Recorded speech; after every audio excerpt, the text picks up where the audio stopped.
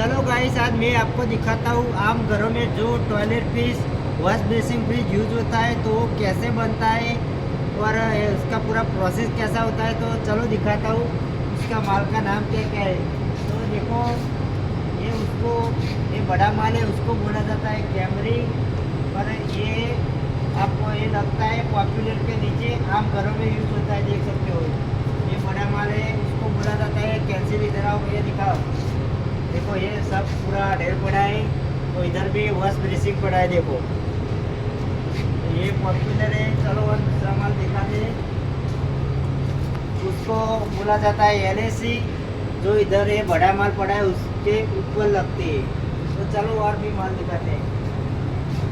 देखो इधर कितना सारा ढेर पड़ा है। ये पॉपुलर, ये बड़ा कैमरी, और भी आपको माल दिखा रहे हैं बड़ा बड़ा।